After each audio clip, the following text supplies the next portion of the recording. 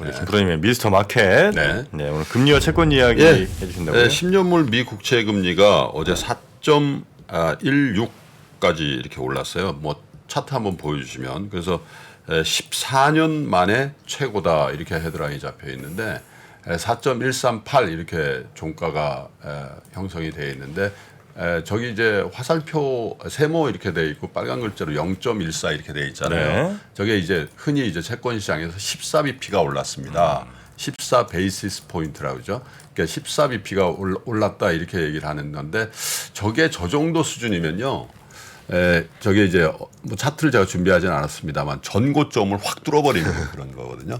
깁상승. 돌파형이라고 이제 통상 얘기하는데 그래서 이제 단기물 미국채 2년짜리는 4.56입니다. 미국채 2년만 묶어두시면 연에 4.56인데 사실은 저 연에 4.56 더 이상 돼요. 세전 기준으로 왜냐하면 이표채기 때문에 저 쿠폰에 대한 재투자 수익률은 저기 반영이 안 돼 있는 거거든. 미국채 3년물은 4.569, 그다음에 미국채 5년물이 4.35, 그러니까 미국채 30년물은 4.12. 장기물일수록 더 낮아지죠. 그래서 이제 장단기 금리가 역전돼 있는 상태인데 역전의 폭이 조금씩 줄어들고 있다 이런 측면. 왜냐하면 장기물이 많이 올라가고 있다는 얘기니까요. 근데 이제 이런 것들이 이제 증시의 발목을 잡았다는 거 아니에요. 이제 미국 시장이 꽤 그 견조하게 이 장중에 하락폭도 만회하고 막 이러면서 반등을 하고 있는데 어제는 저것 때문에 빠진 겁니다. 근데 많이 빠지진 않았는데 어쨌든 미국채 수익률이 저렇게 올랐다. 근데 아까 이제 권순우 팀장이 이제 우리나라 이 크레딧 시장에 대해서 이제 굉장히 좀 위험한 그런 상황에 대해서 나름대로 또 뭐 시장이 뭐 이 말 때문에 더 안 좋은 영향 줄 수도 있기 때문에 되게 조심조심해서 말씀하신 것 같은데 자 운영 측면에서 이런 거죠. 저축은행의 특판 예금, 그러니까 뭐 인터넷 뱅킹 가입하고 뭐 어떻게 해가지고 500만 원까지는 뭐 이런 거 말고요. 그냥 알아서 주세요 하는 게 6%가 나왔다는 거잖아요. 예를 들면 상상인 저축은행, 상상인 플러스 저축은행은 어제 기준으로 이제 예금 금리를 인상해서 최고 연 6%의 금리를 제공한다. 그러니까 뭐 저축은행도 여러분 아시는 것처럼 예금자 보호가 되거든요. 그러니까 만약에 내가 그 저축은행의 예금자 보호까지만 한다면 그냥 앉아서 6% 수익이 나오게끔 돼 있는 거잖아요.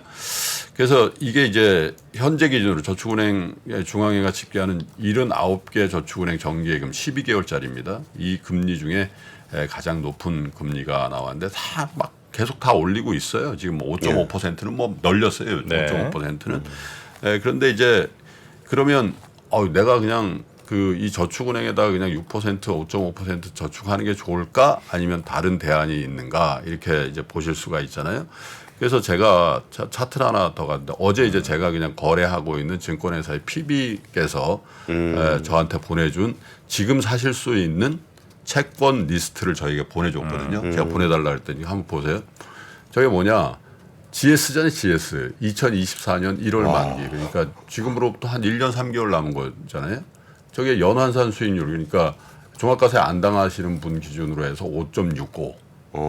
LG화학 5.3. SK하이닉스 5.3.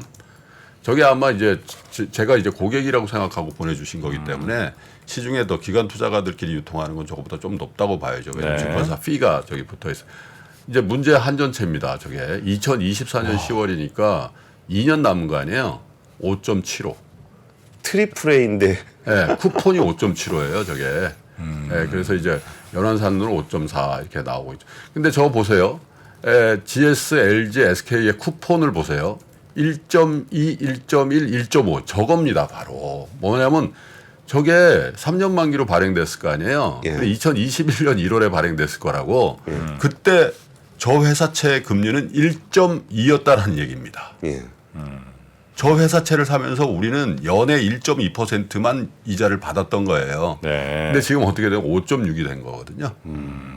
그죠? 채권 가격은 폭락했다는 얘기죠. 저거예요. 그나마 저게 유통이 되는 정도. 왜냐하면 이제 저런 것들이 이제 굉장히 인기인 게 쿠폰 1.2잖아요. 그러니까 저기에다가 세금 매긴다고요. 네, 저기에다 15.4% 세금 매기니까 거의 세금 안 내는 거죠. 부자들은 예를 들면 GS나 LG화학, SK 하이닉스 안 망한다고 생각하는 분들은 저 채권이 굉장히 매력적인 거죠. 네, 거의 세금을 안 내는 거니까. 자, 네이버 6.42. 예, 저것도 1.6%로 발행된 거죠. 쿠폰이니까. 그죠? 그 다음에 이제 제일 안전한 채권들 나오잖아요. 2023년 12월. 저 1년 2개월 남은 거죠. 3.8. 예, 저 쿠폰을 보십시오. 0.875입니다. 와. 그러니까 거의 2년 전에 어떤, 저기 3년짜리로 발행된 것 같은데 그러면 1년 전에 얼마로 발행됐냐? 0.87호로 발행된 그 혹시나 헷갈리시는 분들이 있어갖고 잠깐 저 끼어들면은 네. 그러니까 이자 내는 거는 쿠폰에다가 세금 내는 거는 쿠폰에다가만 내잖아요. 그렇죠. 그러다 보니까 뒤에 그 세율에 따라서 수익률이 좀 달라지는 부분들은 지금 사는 게 내가 받는 이자는 연한산으로 저렇게 5% 받는 그렇죠. 것처럼 저 연한산 보이는데 49.5%라는 건 저거예요. 종합과세 걸리는. 예. 네. 그래서 세금 문제가 있어서 저렇게 숫자가 좀 달라진다는 점을 예, 말씀드리고 예. 싶었어요. 그래서 어쨌든 저런 리스트들을 이제 여러분들이 이제 뭐 나는 소액 투자자이기 때문에 뭐 저런 거 요즘은 증권회사들이 저런 것들을 다 잘라서 팔기 시작해요. 맞아요. 예. 그래서 야 내가 주식 투자를 해야 되겠다라는 의욕이 저런 것들을 받아들면은 감퇴하는 거. 일단 스톱해봐. 저거 언제까지 올라가는지 보고 저기다가 돈을 넣는. 그리고 이제 예를 들면 증권회사에서 CMA라고 그런 것들이 이제 단기 유동성 자금으로 이제 운용하잖아요. 네. 그 3%대 주거든요. 그리고 수시 입출금. 네, 수시 입출금이죠. 근데 이제 또 예를 들면 온라인 그 거래만 거의 할 수 있는 그 인터넷 은행들 있잖아요. 파킹 통장 이거 2.몇 %씩 주잖아요. 그러니까 이런 것들이 사실 제가 아까 미 국채 수익률 말씀드리면서 저축은행 말씀드렸고 유통되는 회사채 금리 말씀드렸고 또 세금 말씀드렸고 그러면 이제 사실은 거액 자산가의 입장에서 보면 굳이 내가 주식을 지금 의욕을 굉장히 감퇴시키죠. 물론 이제 그 중에는 야 내가 무슨 1년에 5% 말도 안 되는 거지. 내가 지금 이렇게 많이 빠진 주식 사면 내가 볼 때 따블 날 것 같은데 이렇게 생각하시는 분들이 있을 텐데 적어도 기관 투자가의 입장에서 한번 보세요. 기관 투자가가 내가 이제 뭐 한 10조 정도 운용하는 펀드 매니저의 대장이에요. 운용 본부장이에요. 그럼 이제 자산 배분을 할 거 아닙니까? 야 주식에 얼마, 뭐 채권에 얼마, 뭐 기타 대체 투자 자산, 뭐 부동산이라든지 이런 게 얼마 이렇게 돼 있는데 이쪽 채권 매니저들이 계속 본부장 방에 오는 거예요. 본부장님 이렇게 올랐습니다. 이렇게 계속 그러면 이제 주식 매니저한테 야 주식 좀만 사지 마봐. 나 이거 사야 되니까. 이게 자산을 이렇게 배분할 때 이쪽에 힘이 들어가게 돼 있고 그리고 이제 이쪽에 이제 그 통상적으로 보면 크레딧물에 대해서는 계속 롤오버에 대한 이슈들이 있거든요. 재투자 해달라고 계속 온단 말이에요. 그러니까 이게 이제 한국뿐만 아니라 글로벌 마켓에서도 모든 이제 투자의 관심, 이 투자를 결정하는 가장 높은 자리에 있는 사람들의 관심이 주식에 가 있지 않고 크레딧 시장 걱정과 우려도 있지만 기회도 거기 있잖아요. 그러니까 그만큼 이제 주식에 빈자리가 생긴다는 거고 또 주식의 입장에서도 그래 네가 진짜 주식해야 돼? 그리고 그 크레딧 어느 정도 되는 회사야? 이걸 왜냐하면 작년에 뭐 우리가 투자하면서 코스닥이든 코스피든 맨날 거래되는 건데 뭐 그 주식이 그 크레딧이 이런 얘기 아예 안 물어보는 거예요. 망할 걱정은 안 했죠. 그렇죠. 근데 이제 저런 얘기들이 이제 마켓에서 들리기 시작하면 주식 매니저한테도 야, 너 주식할 때 정신 바짝 차리라. 이렇게 얘기한단 말이야. 그럼 이제 주식 펀드 매니저 입장에서는 수익률이 중요한 게 아니라 자기 펀드에다가 예를 들면 거래 정지라든지 뭐 예를 들면 디폴트라든지 이런 거 하면 잘릴 거 아니에요. 그러니까 극히 우량한 주식 쪽의 포트폴리오를 잘 관리하는 거고 채권 매니저들은 지금 사실 다 부크로징 상태예요. 지금 솔직히 말씀드리면 채권 시장이 왜 이렇게 요동을 치냐면은 채권 매니저들이 채권을 사줘야 되는데 워낙 손실이 많이 났잖아요. 왜냐하면 국채를 사도 손실, 크레딧 있는 건 더 손실 그러니까 너 고만해. 이렇게 된 펀드들이 많이 나온 거거든요. 실제로 직무 정지예요. 그러니까 사줄 데가 없으니까 은행에 가는 거고 저축은행은 왜 금리를 올리냐? 은행은 은행채를 발행할 수 있죠. 저축은행은 저축은행채 안 되거든.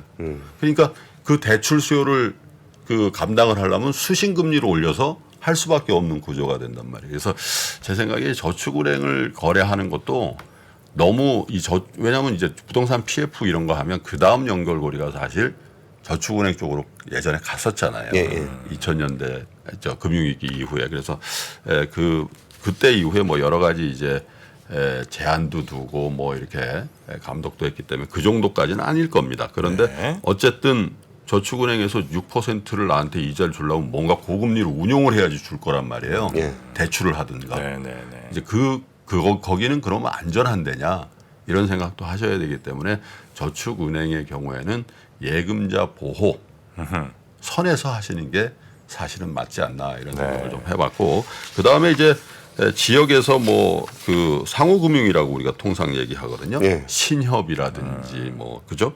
이런 데들은 연 7% 적금이 나와요. 마을 서울 인근인데. 구로신협이 출시한 유니온 적금은 온라인 판매를 시작한 10분 만에 마감이 됐는데 연 7% 줘. 예를 들면 이런 것들인데 이런 게 좋다고 해서 그냥 덥석덥석 하지 마시고 리스크 관리를 어느 정도 하시면서 이런 예금도 하시는 게 좀 필요해 보인다 이런 생각입니다. 네. 요즘 3%뭐 채권 어디서 뭐 돈 받았냐 왜 자꾸 채권 팔이하냐 그러시는 댓글들이 있는데 저희가 뭐 채권이 좋다고 얘기 드리는 게 아니고 요즘 그런 현상들이 일어나고 있다는 말씀 설명을 좀 조심해서 드리는 거죠. 하시라는 말씀하시네요. 아 그리고 이게 채권 얘기를 하는 게 그 주식하시는 분들도 채권 시장을 봐야 된다는 말씀을 지금 드리는 거라 이게 꼭 채권에 투자하시는 거를 떠나서 네. 이런 문제가 주시장에 영향을 되게 많이 미쳐요. 그래서 말씀을 드리는 같이 거라 좀 알아두시는 게. 네, 종합적으로 보셔야 될 것 같다라는 네. 말씀을 드리겠습니다. 자 그러면 뉴스3 플러스 그리고 미스터 마켓 여기서 마무리하고요. 우리 권순우 팀장님은 내일 아침에 뵙도록 하겠습니다. 고생 많으셨습니다. 네, 감사합니다. 네. 최근에 이제 매크로 경제 환경에서 가장 많이 나오는 얘기가 이제 인플레이션이죠. 이 매크로 경제라는 게 우리 일상생활에서나 아니면 투자에서나 굉장히 큰 영향을 주는 게 맞는 것 같습니다. 매크로 경제에서 가장 중요한 게 금리, 환율, 물가 이런 거거든요. 금리가 높을 때 유리한 기업이 있고 금리가 낮을 때 유리한 기업이 있을 겁니다. 환율이 높을 때 유리한 기업이 있고 환율이 낮을 때 불리한 기업이 있을 겁니다. 유불리를 논하면서 같이 그 기업에 대한 분석을 하거나 투자를 하는 게 조금 더 도움이 되지 않을까요? 상반기 최고의 베스트셀러 인플레이션에서 살아남기. 지금 서점에서 확인하세요.